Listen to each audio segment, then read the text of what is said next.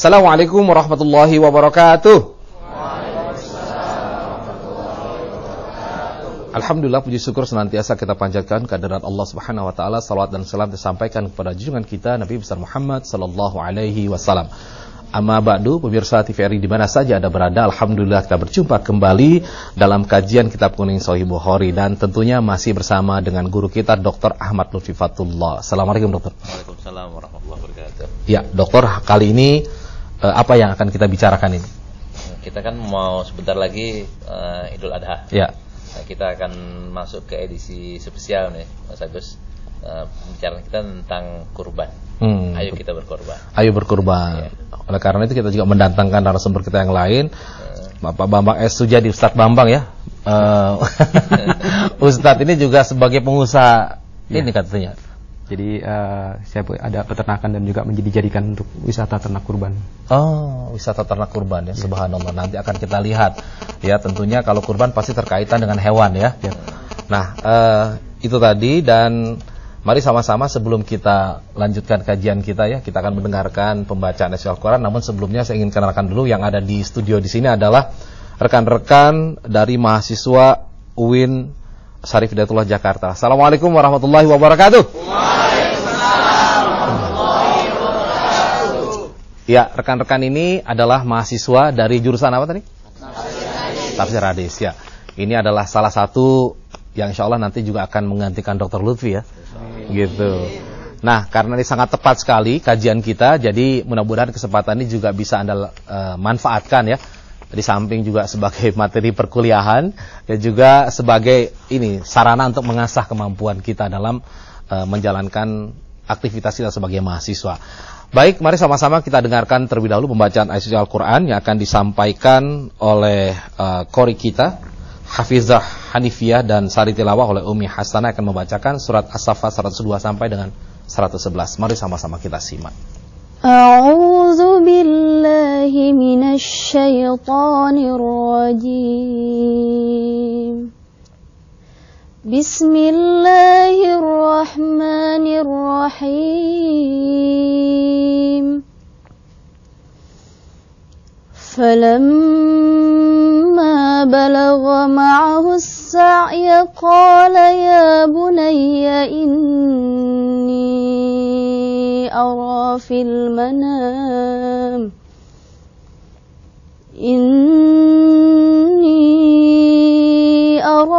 المنام أني أذبحك فانظر ماذا ترى قال يا أبت افعل ما تؤمر ستجدني إن شاء الله من الصابرين فلما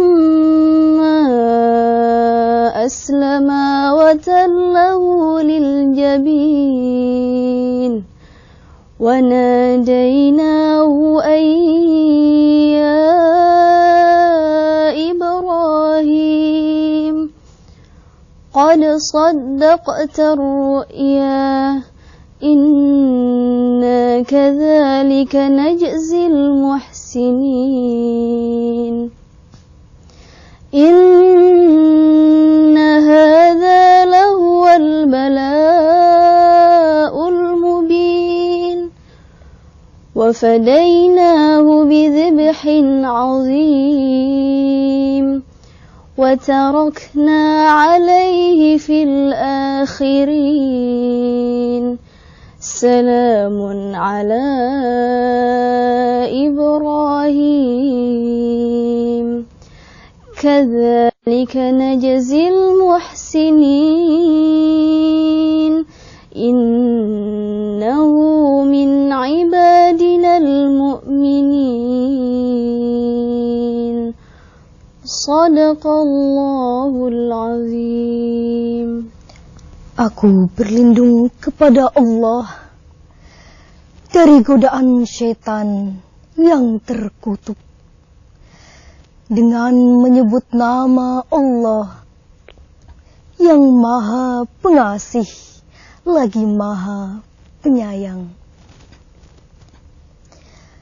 Maka ketika anak itu sampai pada umur sanggup berusaha bersamanya, Ibrahim berkata, "Wahai anakku, sesungguhnya aku bermimpi bahwa aku menyembelihmu. Maka pikirkanlah bagaimana pendapatmu." Ismail menjawab, "Wahai ayahku, lakukanlah apa yang diperintahkan Allah kepadamu. Insya Allah, engkau akan mendapatiku termasuk orang yang sabar." Maka, ketika keduanya telah berserah diri, dan Ibrahim membaringkan anaknya atas pelipisnya untuk melaksanakan perintah Allah, lalu kami panggil dia, "Wahai Ibrahim, sungguh engkau telah membenarkan mimpi itu. Sungguh demikianlah kami memberikan balasan kepada orang-orang yang berbuat baik. Sesungguhnya ini benar-benar suatu ujian yang nyata. Lalu kami tebus anak itu dengan seekor sembelihan yang besar. Dan kami abadikan untuk Ibrahim suatu pujian di kalangan orang-orang yang datang kemudian. Selamat sejahtera bagi Ibrahim. Demikianlah kami memberikan balasan kepada orang-orang yang datang dan berbuat baik. Dan kami sungguh dia termasuk hamba-hamba kami yang beriman. Maha benar Allah dengan segala firman-Nya. Ya, alhamdulillah. Puji syukur kehadirat Allah. Semoga saja kita yang mendengarkan dan yang membacakan mendapatkan rahmat dan barokah dari Allah Subhanahu wa taala. Baik, sebelum kita masuk pada kajian seperti biasa, kami menghimbau menyampaikan kepada Anda, barang siapa yang ingin mengikuti program Gerakan Menghidupkan Sunnah, silahkan menyampaikan donasi ke rekening Bank Syariah Mandiri di 703-290-2493 atas nama Yayasan Pusat Kajian Hadis Indonesia. Dan boleh saja berapapun, tetapi di sini memang per bulan itu sebaiknya rutin gitu. Dan ada baiknya pula kalau nomor rekening ini juga disimpan di dalam handphone, karena orang biasanya lebih teringat membawa handphone daripada membawa dompet gitu ya. Jadi dengan handphone mudah kemana-mana ya dokter ya. Baik, seperti biasa dokter, mungkin ada update lagi nih, kira-kira apa yang dana yang terkumpul, seperti apa dan bagaimana pemanfaatannya. Alhamdulillah Mas ya. Akhir bulan September ini kita mengadakan satu pelatihan di Jogja dibantu oleh Kanwil Departemen Kementerian Agama. Ada 25 pesantren yang kita latih bagaimana menggunakan Perpustakaan Islam Digital, Quran Al-Hadi, program-program kami, dan kami berikan secara gratis 4 programnya. Kalau untuk PID-nya, Perpustakaan Islam Digitalnya masih harus pakai beli, Mas. 1,5 juta, tapi sekian banyak kitabnya. Isinya wakaf. Cuman fisiknya aja yang masih harus pakai beli. Sebenarnya uang pengganti buat fisiknya, bukan buat dalamnya maksudnya. Dan alhamdulillah seharian penuh kita latih ya. Kita latih, mudah-mudahan Al-Quran Al-Hadi akan digunakan di seluruh Jogja. Perpustakaan Islamnya juga di seluruh pesantren dipakai. Dan habis Lebaran, saya pergi haji dulu nih. Habis Lebaran kita sudah diundang ke Manado. Manado sama Jombang juga, pesantren Jombang sudah minta jadwal. Selain Pekalongan minta jadwal juga. Jadi masyarakat pun yang berkeinginan bisa ya, tapi mungkin lebih baik adalah institusi ya. Karena kalau institusi yang mengundang otomatis manfaatnya akan terasa gitu. Karena kalau perorangan kan hanya untuk manfaatnya orang itu, tapi kalau institusi pasti kan lebih banyak ya, ada muridnya, ada sekolah-sekolah dan ada perangkat dari institusi itu sendiri. Update untuk Lebaran ini Al-Hadi udah lebih 20.000 Mas yang make. Iya. Berarti kalau kita hitung-hitungan 20.000 kali 50.000 harga CD ya, itu sudah 1 miliar loh kita nyumbang, kita wakafin buat umat. 1 miliar rupiah. Belum lagi ongkos kirim. Kalau yang downloadnya dari Amerika udah berapa puluh orang tuh, udah 69 orang dari Amerika. Iya, mudah-mudahan dari apa yang disampaikan oleh pemirsa ini semakin memantapkan diri kita untuk membantu membackup yang dilakukan Dr. Lutfi, karena pada dasarnya kita bukan membantu sih, justru kita itu mendukung diri kita sendiri. Iya betul. Apa yang disampaikan kebaikan tetap kembali kepada diri kita sendiri juga. Baik, tetap bersama kami karena setelah ini kita akan kembali lagi masih dalam kajian Kitab Kuning Sahih Bukhari.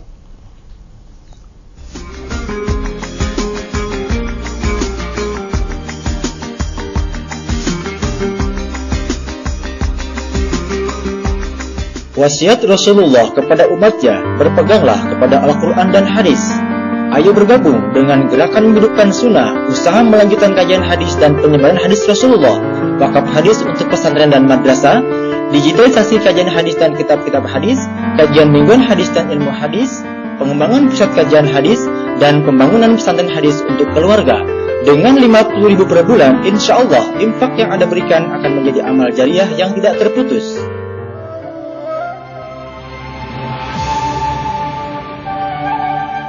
Ya, alhamdulillah pemirsa, terima kasih Anda masih bersama kami dalam kajian Kitab Kuning Sahih Bukhari. Baik, saya kira kita akan langsung dan nanti insya Allah hadis akan dibacakan oleh mahasiswa UIN juga ya, Siti Masyitah yang akan membantu untuk membacakan hadisnya. Silakan dokter. Bismillahirrahmanirrahim. Alhamdulillahirrahmanirrahim. Wassalatu wassalamu ala asyrafil anbiya wal mursalin wa ala alihi washabihi ajmain wa ba'du. Pemirsa TVRI di mana saja berada, rahimakumullah. Alhamdulillah hari ini kita akan menyambut ya, beberapa hari lagi kita akan menyambut Idul Adha, dan tentu banyak yang ingin memotong kurban. Untuk itu di hari Minggu ini spesial, edisi kita bukan berkelanjutan sebagaimana biasa. Kalau kelanjutan kita masih di kitab sholat ya, masih sholat. Sekarang kita loncat ke Kitabul Adhahi, kitab tentang udhiyah, tentang berkorban. Apa saja hadis-hadis tentang korban di Sahih Bukhari, nah akan kita baca. Namun sebelumnya saya ingin kita semuanya berdoa. Kita baca surat Fatihah, mudah-mudahan kita semuanya ini yang mau berkorban diikhlaskan niatnya.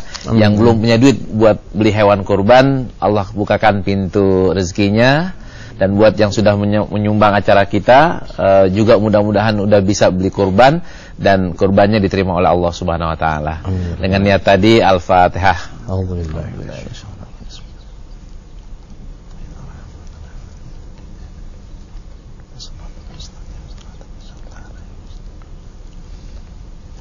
Amin. Baik, hari ini bagi yang sudah di depan laptop atau depan komputer atau pegang kitab Sahih Bukhari, silahkan buka di kitab yang ke-73, Kitabul Adhahi. Babnya bab yang pertama, hadisnya hadis 5545. Nah, ini ada mahasiswa saya semua di sini, Mas Syawin Syarif Hidayatullah. Juga yang bacanya, yang koreknya juga silahkan dibacakan hadis yang ke-554. Mulai dari Kitabul Adhahi. Bismillahirrahmanirrahim. Kitabul Adhahi, babu sunnatil udhiyah. Wa qala Ibnu Umar, wa hiya sunnatun wa ma'ruf. Wa bihi ilahi qala, haddatsana Muhammad bin Bashar, qala haddatsana Ghundar, qala haddatsana Syu'bah an Zubayd al-Iyami, an Sya'bi, an al-Bara radhiyallahu anhu qala, qala an-nabiy sallallahu alaihi wasallam, inna awwala ma nabda'u bihi fi yawmina hadha an nusalli thumma narji'a falanhara man fa'alahu faqad asaba sunnatana wa man dhabaha qablu fa innama huwa lahmun qaddamahu li ahlihi laysa minan nusuk fi syai'in. Faqama Abu Burdah bin Niyar wa qad dhabaha. Faqala inna 'indi jada'ah. Faqala idbahha wa lan tajzi an ahadin ba'dak. Qala Mutarrif an Amir 'anil Bara qala an-nabiy sallallahu alaihi wasallam man dhabaha ba'da shalah thumma nusukuhu tamma nusukuhu wa asaba sunnatal muslimin. Ya, baik. Ini hadisnya luar biasa dan akan memberikan petunjuk buat kita bagaimana kita menyambut hari raya. Dari Al-Bara ibn Adzib ya, radhiyallahu anhu qala Nabi sallallahu alaihi wasallam inna awwala ma nabda'u bihi fi yaumina hadza an nusalli. Hal yang pertama kali kita lakukan di hari raya Idul Adha ini adalah kita sholat dulu. Tsumma narji'u fananhar. Habis itu kita pulang baru dia motong kurbannya. Man fa'alahu faqad asaba sunnatana. Barang yang mengerjakan dengan tata cara ini, sholat dulu baru motong, maka dia sudah sesuai dengan sunnah.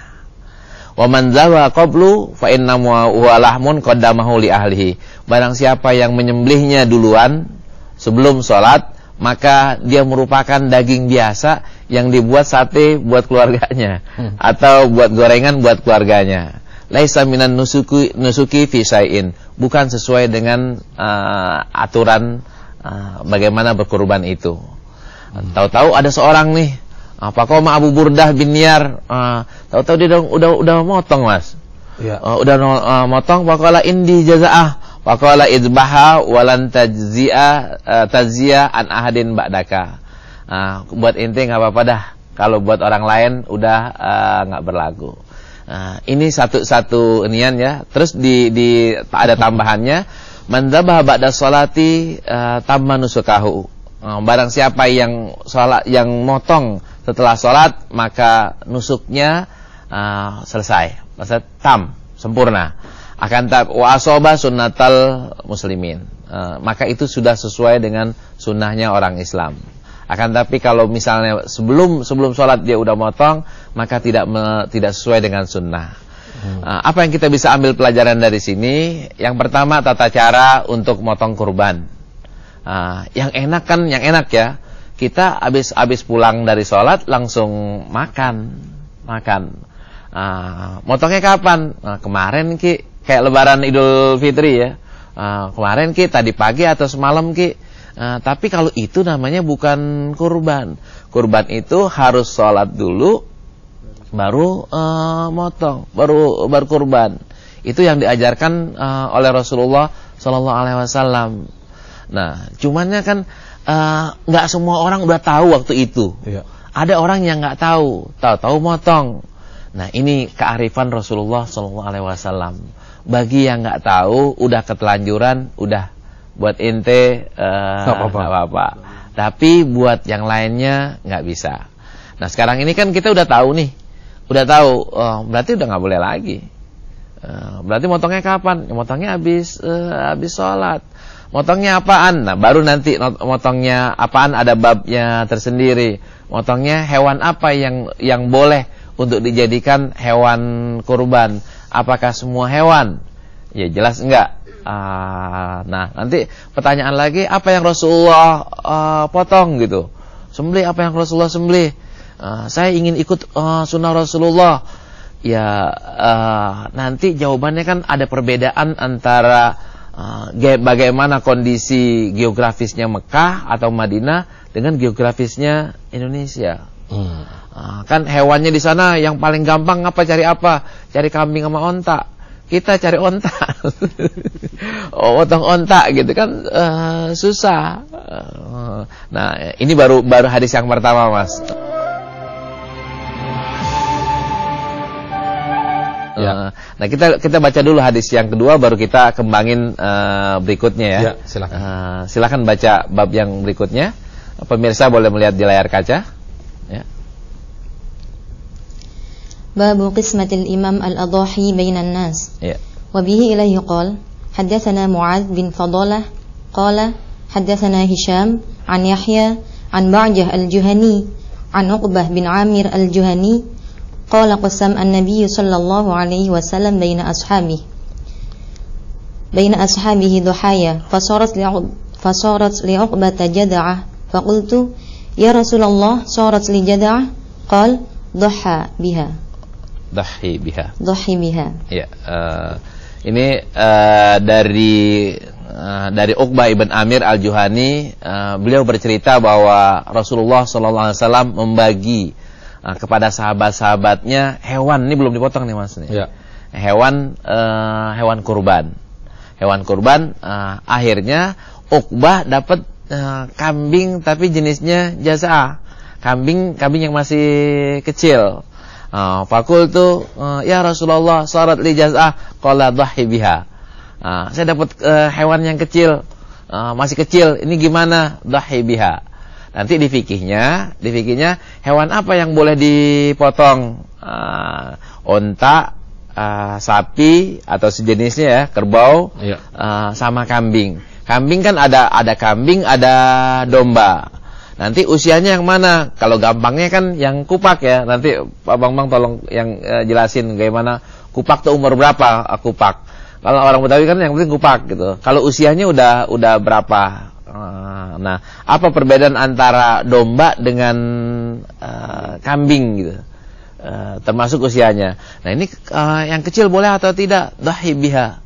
Nah, dhahi biha udah potong. Nah, nanti berapa usianya kalau misalnya masih anak kambing? Minimal berapa? Kalau maksimal tentu nggak ada batasnya. Yang penting belum meninggal aja dah. Belum mati. Itu ya. Baik, berarti sekarang kita masuk kepada kajian kita lebih kepada jenis-jenisnya dulu ya. Iya, jenis-jenisnya dulu. Mungkin Ustaz Bambang bisa menjelaskan juga tuh ya, kriteria-kriterianya seperti apa, kayak tadi ya nggak kambingnya, umurnya, usianya berapa, termasuk juga hewan kan mamalia seperti itu. Gimana dengan kerbau, kuda gitu ya?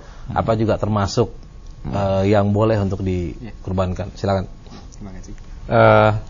Hewan yang dimaksud dengan objek dari kurban itu adalah hewan ternak. Hewan ternak itu kalau boleh diglobalkan di dunia ini ada onta, ada sapi. Sapi itu derivatifnya ada kerbau. Nah, di situ setelah itu ada kambing dan domba. Ya. Jadi kalau kuda kayaknya nggak masuk. Nggak masuk kuda. Nggak boleh. Jadi yang kuda nil ya. Lebih susah saat potongnya saat. Jadi dari 4 jenis ini juga berpengaruh di usia. Jadi usia memenuhi syarat kurban itu kalau onta itu usianya 5 tahun baru bisa katakanlah syah untuk disembelih kurban. Kalau sapi rata-rata usianya 2 tahun. Kalau kambing rata-rata 1 tahun dia sudah bisa disembelih dengan giginya itu sudah kopak gitu. Kalau domba itu lebih cepat gitu. Kopak itu apa, Ustaz? Jadi ada gigi yang tanggal, gigi serinya. Jadi, dan itu di luar itu kan juga tidak boleh ada cacat ya, tidak boleh kakinya itu pincang, kupingnya hilang 1 gitu, atau bahkan ini tanduknya nggak boleh patah gitu, dan tidak boleh cacat matanya, itu nggak boleh juga. Kalau tuli itu termasuk cacat tuh. Cacat. Memang tahu kita kalau kambing tuli tuh. Iya. Dipanggil kan nengok. Berarti antum biasa manggil kambing. Jadi gini, ketika dia anak-anak sama induk itu komunikasi sangat ini kan dia. Jadi induknya itu kalau nggak ngeliat anaknya sedikit aja udah teriak-teriak, ramai banget. Jadi ketika dia mau dipisah pun antara induk sama anak saling berkomunikasi. Atau mungkin anaknya bandel nggak mau dengerin kata induknya bisa juga. Itu dia. Jadi dikategorikan kambing.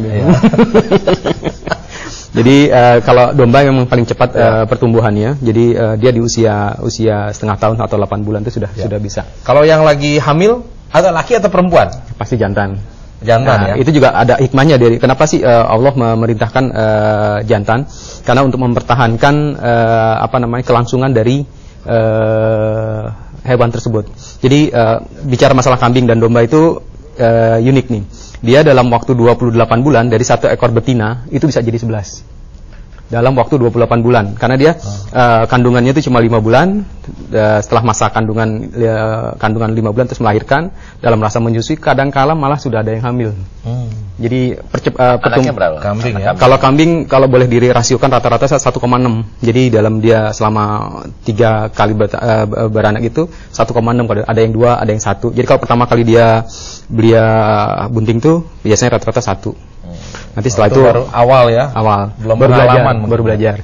Jadi setelah itu ada 2, ada 3, ada 4. Jadi luar biasa. Berarti 28 bulan ya? 28 bulan tuh kalau lahir 2 tahun sekianan. Ya hampir 3 tahun itu hampir 2 tahun setengah itu dalam waktu 28 bulan itu kalau betina lahirnya betina dan betina ya. Jadi satu kali lahir melahirkan 2, 5 bulan kemudian dia besar, dan habis itu dia umur 7 bulan sudah bisa berkembang biak lagi. Itu sampai 11 dengan induknya. Iya, luar biasa. Alhamdulillah, beruntunglah para pedagang kambing ya. Bukan pedagang kali. Apa peternak.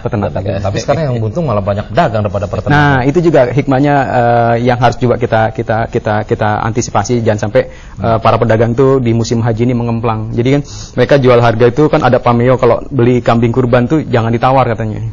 Padahal kambingnya kecil, dijualin 4 juta kan gitu kan nggak fair. Maka kita coba mensosialisasikan menjual kambing itu dengan kiloan hidup. Jadi berat hidupnya jadi harganya adalah harga per kilo hidup. Bukan ditebak ini sekian. Ya, kita timbang ya. Kita timbang. Jadi di tempat kita tuh kambing itu tinggal dilihat, dipilih, ditimbang, baru dibayar, baru boleh disembelih. Jadi per kilonya berapa gitu? Per kilo hidupnya. Subhanallah, bagus, fair juga gini. Jadi peternaknya ya ini juga pendapatannya banyak, hanya pedagang. Iya, jadi kita juga perlu juga mengedukasi masyarakat untuk tidak mengambil kesempatan ketika musim kurban itu jual, boleh bilang seenak. Tiba-tiba banyak pedagang kambing waktu di pinggir jalan itu. Ini juga mahasiswa ada yang pedagang juga kali yang di sini. Ya nggak apa-apa juga kan, sebagai sampingan ya untuk mendapatkan income belajar beternak. Kan para nabi dan rasul juga rata-rata sebagai bukan rata-rata, Mas. Semua nabi profesinya adalah pengembala kambing. Tapi di UIN susah juga mengembala kambing di situ ya, nggak ada tempatnya lagi.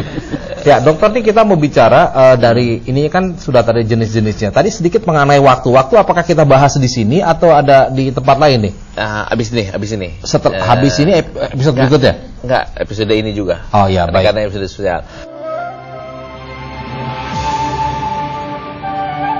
Nah, yang ini saya ingin tarik ke judulnya di sini, Mas. Imam, maksudnya pemimpin itu bagi-bagi. Nah, itu dia hewan. Alhasil kalau saya presiden atau saya gubernur, saya bagi nih imam masjid sana, nih korban, nih hewan gitu. Nih hewan, silahkan berkorban. Ya, betul. Jadi membagi-bagi, jangan bagi-bagi dagingnya, tapi bagi-bagi jasadnya ya, maksudnya kambingnya untuk dipotong di kambing hidup ya. Kambing hidup. Jadi diterapkan nih Ustaz sama para calon-calon legislatif nih Ustaz. Jadi dia bagi-bagi ngorder kambing hidup Ustaz. Asal jangan nawa itu untuk udang di balik batu. Susah juga Ustaz, enggak apa-apalah biarin. Yang penting kan kambingnya dapat orangnya. Mau diniati apa biarin aja Ustaz. Niatnya lurusin, nanti itu dari Allah gitu.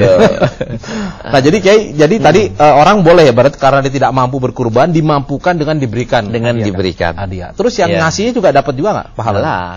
Sama dengan yang itu. Sama dengan gerakan dakwah, gerakan wakaf. Yang dikasih yang motongkan atas nama dia. Gitu kan, berarti sebenarnya kan kalau dilihat dari kurbannya adalah punya yang dikasih itu. Yang diserahkan. Saya ngasih Mas Agus. Ya, saya kurban potong atas nama Mas Agus. Nama saya. Sumbernya dari mana? Dari Kiai. Saya ngajak para pemirsa mau beli kambing. Nih di tempatnya Mas Bambang. Jangan mahalin ya. Jual harga normal ya. Pada beli, saya dapat pahala enggak? Iya, sama enggak dengan yang dipotong itu? Pahalanya gitu, pahala kurban. Kan mandala. Kalau gitu saya kasih lagi aja yang lain Kiai. Iya, boleh. Jadi yang lain motong saya dapat, Kiai dapat juga gitu. Boleh. Boleh. Sama dengan saya ngasih sedekah. Saya ngasih sedekah. Kayaknya Mas Agus nggak punya uang nih, saya kasih dah 1 juta gitu. Ya. Mas Agus, saya pengen dapat pahala, kasih lagi nih mahasiswa nih kan belum bayaran nih. Kayaknya 1 juta. Pertanyaan siapa yang dapat pahala? Saya dapat, Mas Agus dapat. Tasito dapat karena bayar, kalau bayar utang dapat lagi tanpa mengurangi sedikit pun, mengurangi jatah masing-masing. Kalau begitu bisa diakalin dong Kiai. Nah, Allah nggak bisa diakalin. Oh, iya. Orang diniatin ini sih nanti kamu operasi satu keluarga gitu Kiai. Bapaknya ngasih ke ibunya, ya kan? Ibunya ngasih ke anak yang satu, yang anak satu ngasih ke anak yang lain, jadi muter gitu. Allah mau dibohongin Ustaz. Jangan direkayasa, tapi biar aja natural gitu. Natural sesuai dengan hati nurani masing-masing. Makanya itu kan mahasiswa ya. Nih kita ini lagi nggak punya duit buat bayar SKS. Namanya apa? Semester ya, semester. Tahu-tahu ada orang sedekah kita 500.000. Ini pas buat ini. Terus gimana supaya kita dapat pahala yang lebih hebat lagi? Uang yang 500.000 buat bayar itu sedekahin lagi ke temen. Tapi jangan pakai kompromi. Temennya terserah dia mau sedekahin lagi atau tidak. Ntar nih orang yang sedekah ini dapatnya 5 kali atau 10 kali, dapat 10 kali. Kalau rekayasa nggak dapat apa-apa. Tapi kalau emang karena keikhlasan, justru yang berani ngelempar ke temennya lagi, nolongin temennya yang sudah mau DO gara-gara belum lunas, ini yang pahalanya luar biasa, Mas. Substansi kurban itu ikhlas ya, Ustaz? Iya. Keikhlasan. Oh iya betul. Luar biasa. Baik, ada lagi Ustaz yang mau disampaikan? Nah berarti di sini kita boleh atas nama siapa? Atas nama nanti kita baca bawahnya nih, Mas nih. Iya. Saya atas nama motongnya atas nama saya sendiri atau boleh atas nama orang lain. Nah, tolong dibacain hadis yang berikutnya. Bismillahirrahmanirrahim. Babul udhiyah lil musafir wan nisa. Wa bihi la yaqal haddatsana Musaddad qala haddatsana Sufyan an Abdurrahman bin Al-Qasim an abihi an Aisyah radhiyallahu anha أن النبي صلى الله عليه وسلم دخل عليها وحاضت بسرفة قبل أن تدخل مكة وهي تبكي فقال ما لك أنفستي؟ قالت نعم. قال إن هذا أمر كتبه الله على بنات آدم فاقضي ما يقضي الحج غير ألا تطوفي بالبيت. فلما كنا بمنى أتيت بلحم بقر فقلت ما هذا؟ قالوا Doha Rasulullah sallallahu alaihi wasallam an azwajihi bil baqar. Ya. Ini Aisyah cerita bahwa beliau ketika belum sampai ke Mekah, ini ada haji wada ya.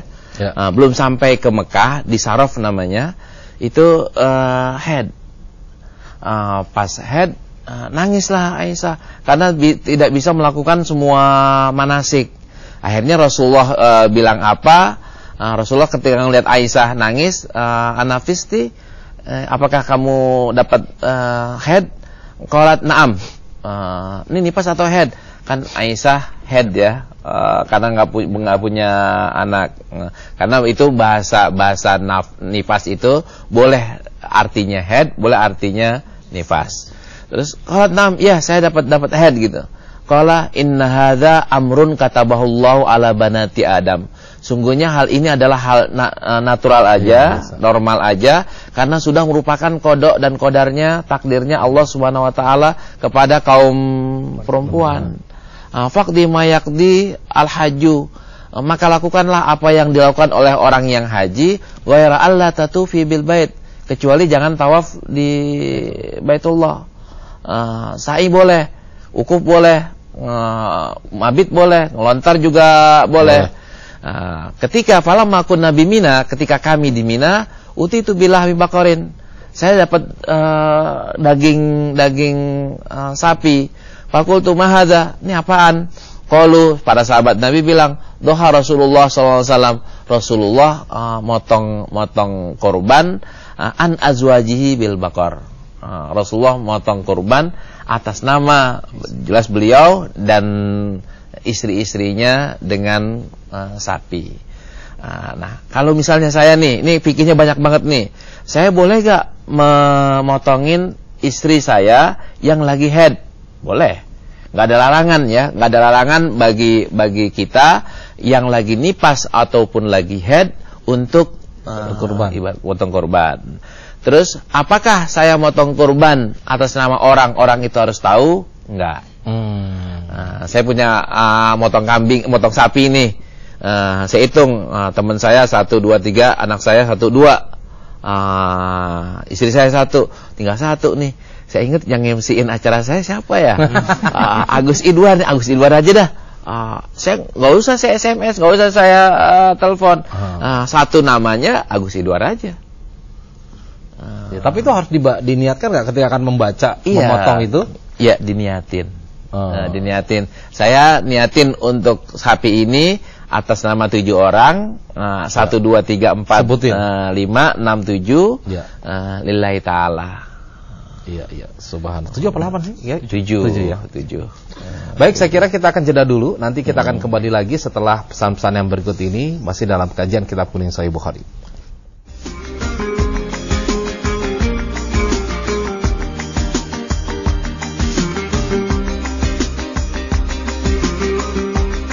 Wasiat Rasulullah kepada umatnya, berpeganglah kepada Al-Quran dan hadis.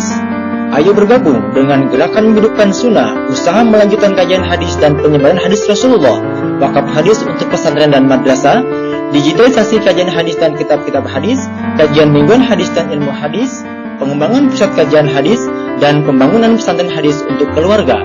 Dengan 50.000 per bulan, insya Allah infak yang Anda berikan akan menjadi amal jariah yang tidak terputus.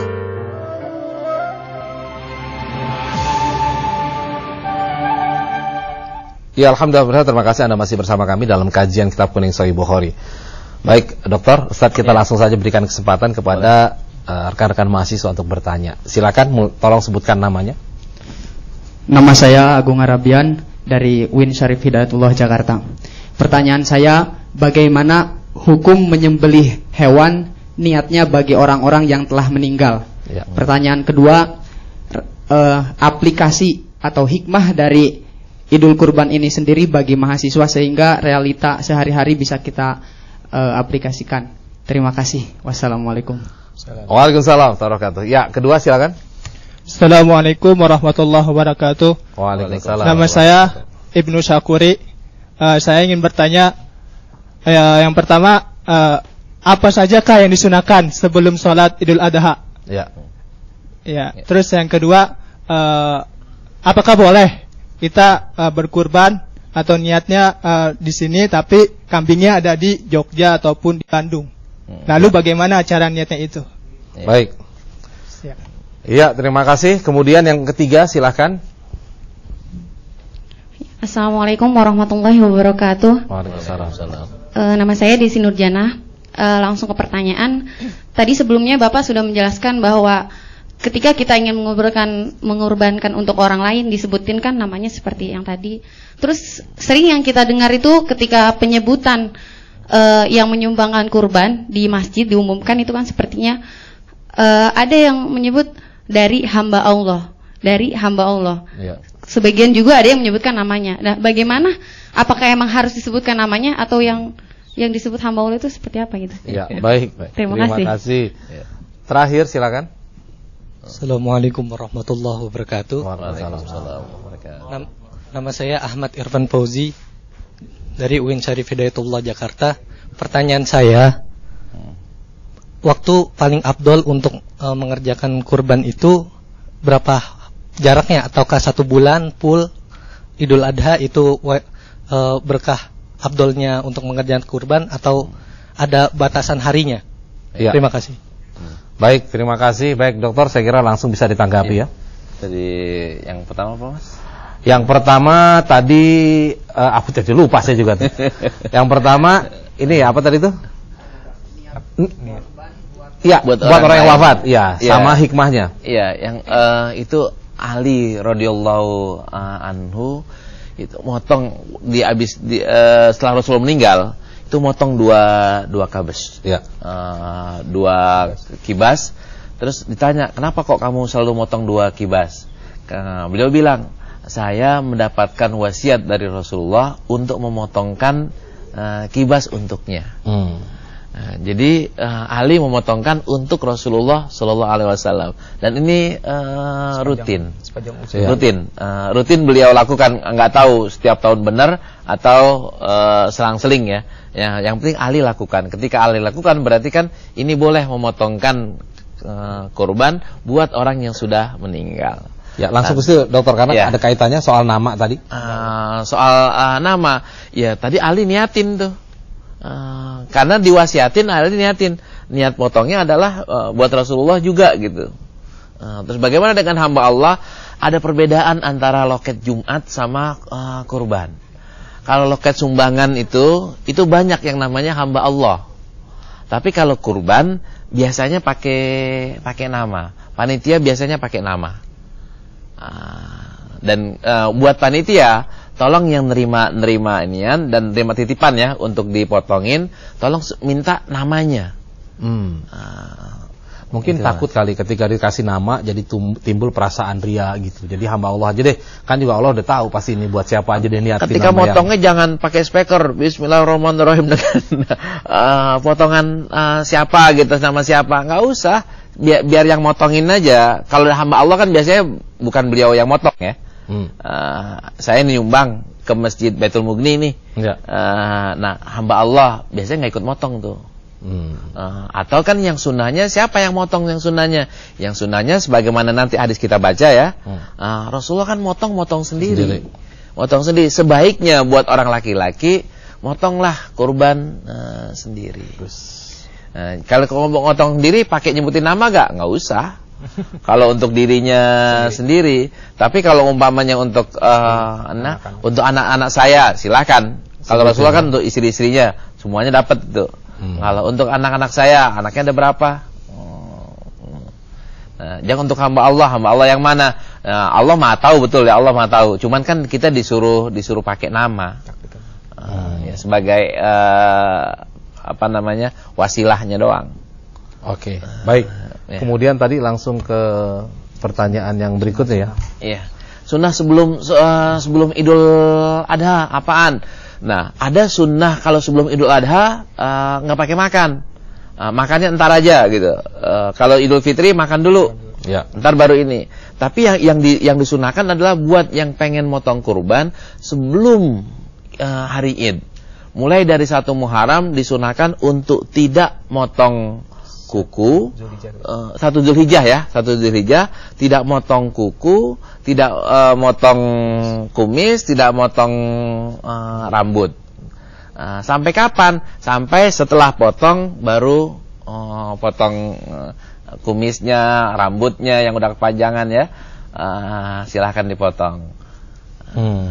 Lumayan jadi berapa hari ya? Ya lumayan. 10 hari. Iya. Ya, terus kelanjutan mengenai tadi ya, kurban terkait dengan waktunya. Waktunya kapan? Waktunya kan di hari Id dengan ayyamut tasyrik. Ayyamut tasyrik 3 hari.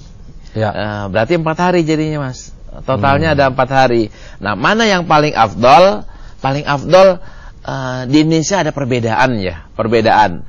Orang Arab 1 kambing bertiga habis. Orang kita 1 kambing beramai-ramai 20 mungkin 30. Nah akibatnya kalau kita motong 1-2 kambing untuk 1 keluarga cuman 10 orang itu nggak bisa Mas. Kelebihan. Dan kita makan kambing biasanya nggak tiap hari gitu. Nah ada perbedaan inian, ada perbedaan kultur. Ya. Nah karena itu saya saranin untuk motong dibagi-bagilah. Ada yang hari pertama, ada yang hari kedua, ada yang hari ketiga, sampai ada hari yang keempat. Jangan semuanya di hari yang pertama. Oke, kalau emang ada kulkasnya, ada freezernya gimana? Silahkan di hari yang pertama, silahkan. Namun karena kita punya kultur yang berbeda, dengan ilah ini, tolong pembagiannya lebih baik di hari yang keempat, agar makan dagingnya juga bisa diatur. Ustaz Bambang, harga kambing lebih murah hari pertama apa hari keempat? Harga kambing biasanya kalau di pinggir jalan tuh, ya di hari pertama aja udah mulai turun, bahkan mulai diobral. Karena kebanyakan tuh orang yang jauh-jauh tuh datang ke Jakarta tuh, jadi kambing masuk kota itu ya di pas musim haji itu. Jadi urbanisasi kambing. Ya. Terus nunggu. Jadi kalau begitu boleh dong kita nunggu aja hari keempat dengan alasan lebih murah. Ya. Sebenarnya kalau tidak ada nawaitu menaikkan ya dari harga dari para pedagang atau peternak, itu Allah nggak ngelihat inian loh. Allah nggak ngelihat kambingnya besar atau tidak, yang dilihat kan keikhlasannya. Nah, Allah nggak ngelihat mahalnya atau tidak, yang dilihatlah keikhlasannya. Barangkali harga kambing yang 2 juta lebih afdol yang 4 juta kalau Tapi buat saya yang umpamanya yang ingin berkorban, berkorbanlah dengan yang terbaik. Ya. Dengan terbaik itu belum tentu dengan harga yang mahal ya. Ya, bisa jadi satu kambing misalkan 30 atau 40 kilo, hari pertama harganya misalkan 3 juta, ketika hari ketiga harganya udah jadi 2 juta gitu. Nah, itu masalahnya kan besar kecilnya kambing itu juga berpengaruh ke makin banyaknya orang yang dapat. Karena kan dari satu ekor kambing berat 30 kilo, karkasnya itu yang bisa dinikmati kan paling banter tinggal beratnya cuma 20-an kilo. Jadi kan nggak bisa semua dinikmati kan, kotoran juga cukup tinggi di situ dan darah dan macam-macam dan kulit gitu kan. Jadi dari satu ekor kambing yang beratnya katakanlah 30 kilo, paling yang bisa dibagi itu adalah sekitar kalau 30 bisa 20 kiloan. 20 kilo. Ya, kalau mau satu kantong katakanlah mau diisi setengah kilo, dapatlah itu berapa kalau mau isi 1 kilo kan gitu. Ya, ada perbedaan loh Mas. Kalau kantong kurban di Jakarta isinya 1/4, bayangkan 1/4 kilo. Kalau kantong kita di Arab 1/4 kilo disuruh pulang lagi dah.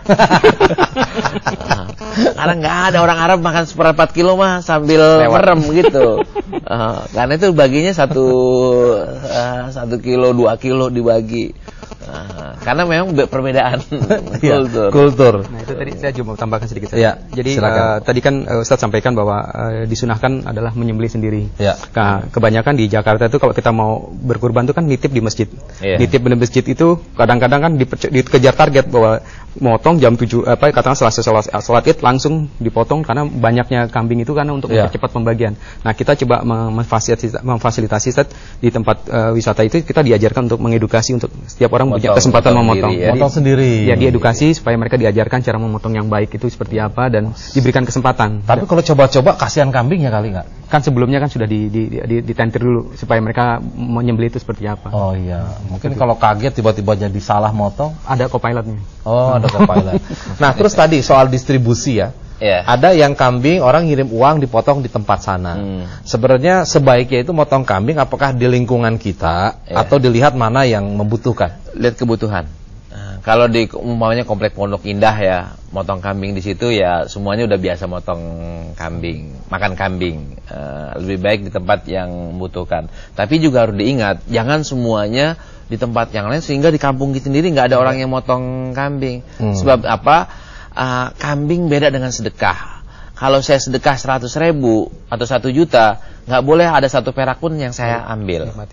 Tapi kalau misalnya kurban, itu saya boleh ambil sepertiga, maksimal sepertiga. Boleh saya ambil, saya bikin gulai sendiri, saya nikmati sendiri. Itu perbedaannya. Iya, dan kalau terkait dengan distribusi, kan sekarang orang itu kalau hari itu semua dipotong, bisa jadi kan mungkin kayak kita lihat aja ya, kayak misalkan yang haji. Iya. Kan nggak mungkin hari itu juga terdistribusi. Nah, apakah boleh kemudian dibuat kemasan kayak di kaleng, kornet, dikirim kemana gitu? Iya, dengan asas manfaat, maka ulama-ulama sekarang sudah memfatwakan boleh. Dan di Saudi itulah yang diamalkan. Kalau nggak dibikin kornet gitu ya, dibikin kemasan atau nggak di freezer jadi daging beku. Nanti baru dikirim ke daerah-daerah yang membutuhkan, ke negara-negara yang membutuhkan. Subhanallah. Barangkali Ustaz punya pengalaman juga ada program yang seperti tadi itu? Ya, tadi kita memang punya tempat wisata itu untuk memberikan kesempatan orang memotong dan juga menyembelih dan juga menguliti dan belajar menyincang. Habis itu mereka kantongkan dan baru mereka distribusikan. Jadi mereka pulang bawa kantong-kantong daging itu mau diserahkan kemanapun. Itu jadi kebalikan dengan misalnya kalau di sebuah masjid itu mereka ngumpul dengan warga di situ. Kalau ini bisa tersebar lebih luas lagi. Menarik juga ya. Ada berapa tempat buat latihan itu? Boleh. Di satu tempat aja. Di satu tempat itu kita menyiapkan 15 titik penyembelihan ya. Maksudnya disiapkan 5 orang tukang jagal dengan timnya dengan orang yang mau menyembelih. Jadi ada tempatnya kita buat di mana? Di Bogor. Jadi nanti kalau yang mau belajar wisatanya ke situ. Ya, dekat dengan pesantren kayaknya. Itu berkah jadi sama-sama satu keluarga ngelihat cara motongnya ya. Dan anak-anak juga buat mahasiswa juga nih boleh berkunjung ke tempat wisata hewan kurban.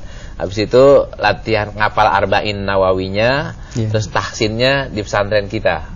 Pesantren ya, pusat kajian hadis. Subhanallah. Nah, dadanya dingin. Yang terakhir ya mengenai hikmah. Kalau buat mahasiswa mungkin hikmahnya hari itu dapat daging, saya kira begitu ya. Yang tadinya ngekos, mungkin kan jarang makan daging gitu ya. Hikmah hari itu ya alhamdulillah perbaikan gizi, bisa nyate bareng. Itu salah satunya saya kira begitu. Nah, yang lainnya apa gitu? Yang lainnya kita disuruh kayak zakat ya, kita disuruh berbagi. Kan Rasulullah juga mengancam dalam tanda petik ya, bahwa orang yang punya duit, yang punya kemampuan, tahu-tahu dia nggak mau berkurban, maka kata Rasulullah jangan datang ke masjid saya. Maksudnya jangan datang ke masjid ini kan kayaknya ini orang asing, orang nggak mau bantu kita, nggak mau kumpul sama kita. Itu Rasulullah ancam kayak gitu. Itu bukan berarti hukumnya jadi wajib. Ulama tetap mengatakan hukumnya sunnah kecuali madzhab Hanafi. Hanafi bilang wajib setiap tahunnya. Kalau madzhab Syafi'i bilang sunnah. Sunnah yang disarankan, sunnah muakkad ya. Muakkad bagi yang mampu. Bagi yang belum mampu ya coba aja berkurban.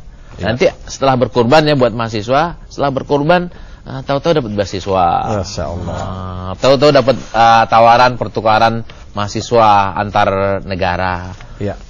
Sedikit kayak sebelum ke kuis, kalau joinan gitu patungan nggak bisa ya? Satu kambing, joinan kan banyak anak sekolah tuh. Kita baca satu hadis. Tolong bacain hadis ke 5553.